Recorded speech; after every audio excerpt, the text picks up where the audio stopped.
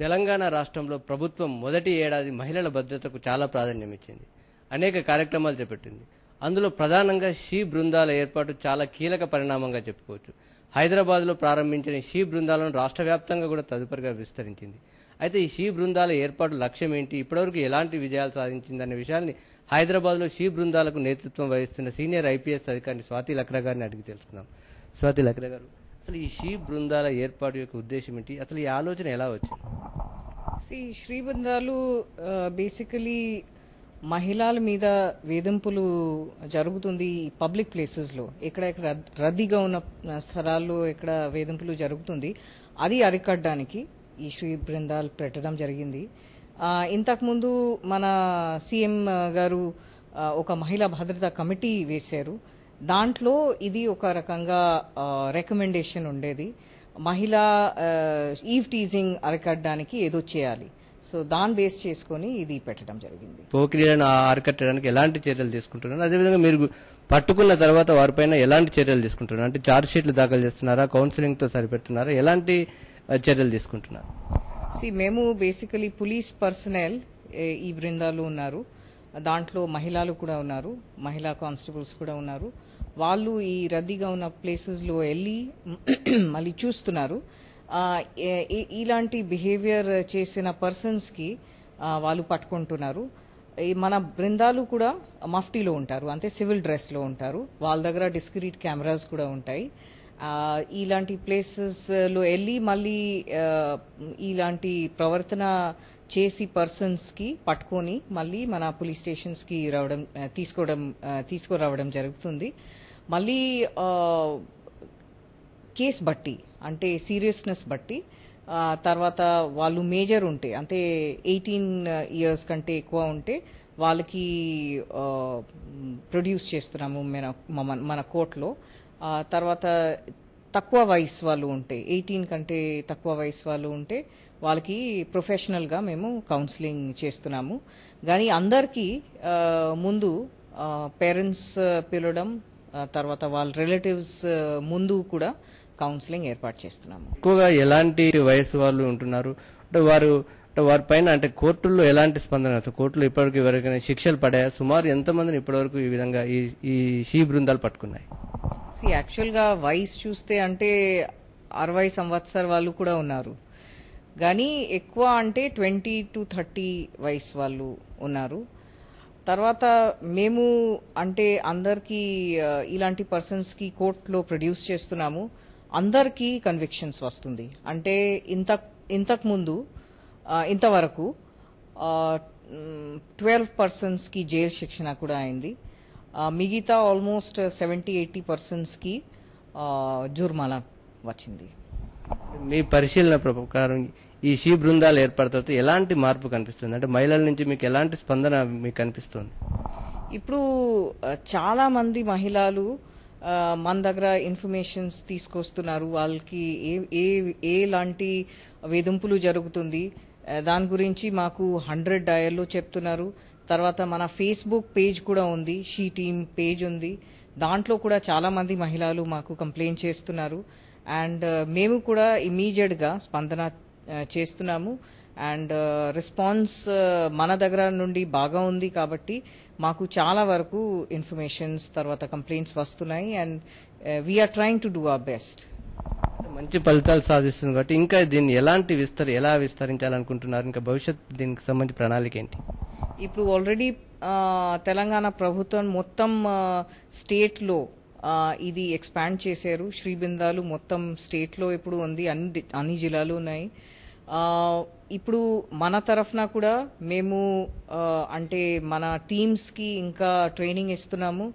తర్వాత చాలా వరకు మాకు సైబర్ క్రైమ్స్ గురించి కూడా మాకు మన షీ టీమ్ పేజ్ లో ఇన్ఫర్మేషన్స్ వస్తున్నాయి, కంప్లైంట్స్ వస్తున్నాయి. తర్వాత చాలా మంది మా దగ్గర కూడా వస్తున్నారు, ఆఫీస్ కి వస్తున్నారు, కంప్లైంట్ చేస్తున్నారు. సో ఇంపార్టెంట్ అంటే టాలరేట్ చేయకూడదు. ఇలాంటి వేధింపులు ఉంటే తప్పనిసరిగా మీరు బయటకి రావాలి అండ్ కంప్లైంట్ చేయాలి, అప్పుడే మీకు జస్టిస్ వస్తుంది.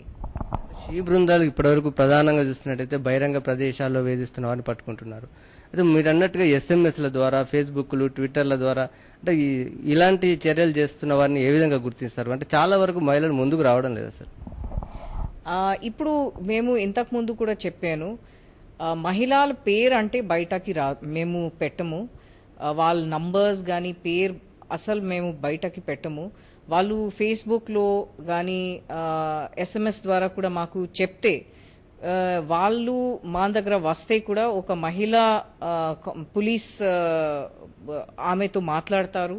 తర్వాత వాళ్ళ పేరు అంటే బయటకి మేము పెట్టము. కానీ కాగ్నిజబుల్ కేసెస్ ఉంటే అంటే ఐపీసీ కింద కేసెస్ ఉంటే తప్పనిసరిగా వాళ్ళ సిగ్నేచర్స్ మాకు అవసరం ఉంటుంది ఏదో కేసు బుక్ చేసుకోవడానికి. కాబట్టి వాళ్ళకి పిలవడం కూడా జరుగుతుంది. కానీ వాళ్ళ పేరు అంటే మేము బయటకి పెట్టము.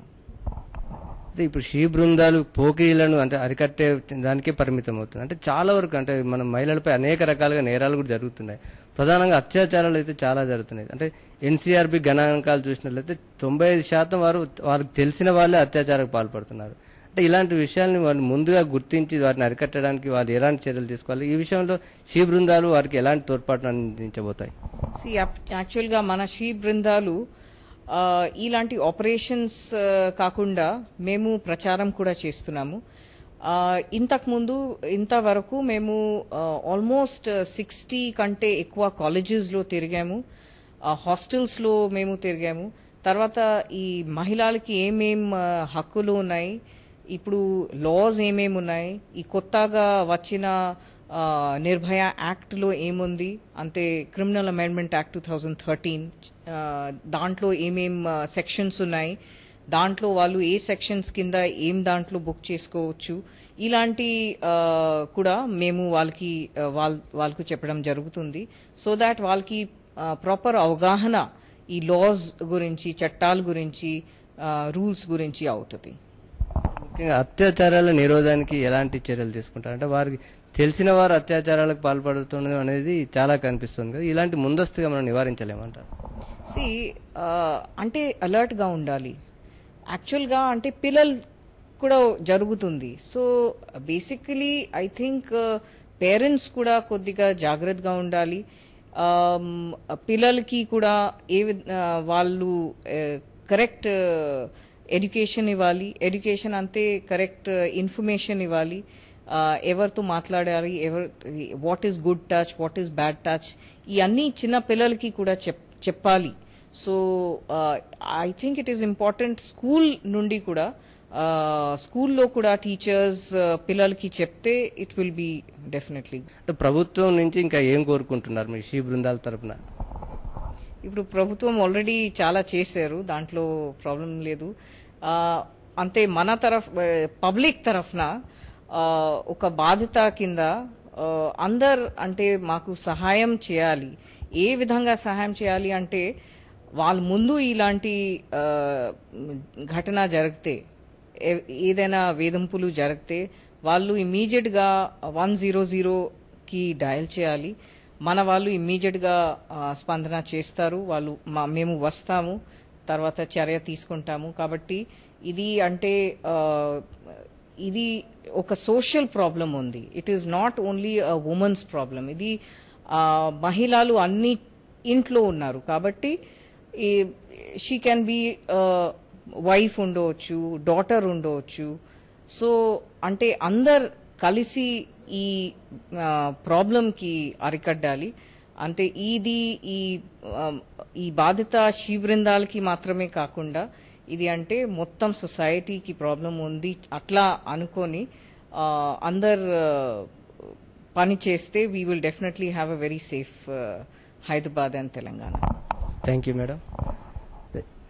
షీ బృందాలు సత్ఫలితాలు ఇస్తున్నట్టుగా స్వాతి లక్రా గారు చెప్తున్నారు. అయితే ముందుగా దీనికి కావాల్సింది మహిళల నుంచి స్పందన కావాలని ఆమె చెప్తున్నారు. మహిళలు తమ బాధను, తమ ఫిర్యాదులను ధైర్యంగా ముందుకొచ్చి చెప్తే తప్పకుండా చర్యలు తీసుకుంటామని స్వాతి లక్రా గారు చెప్తున్నారు.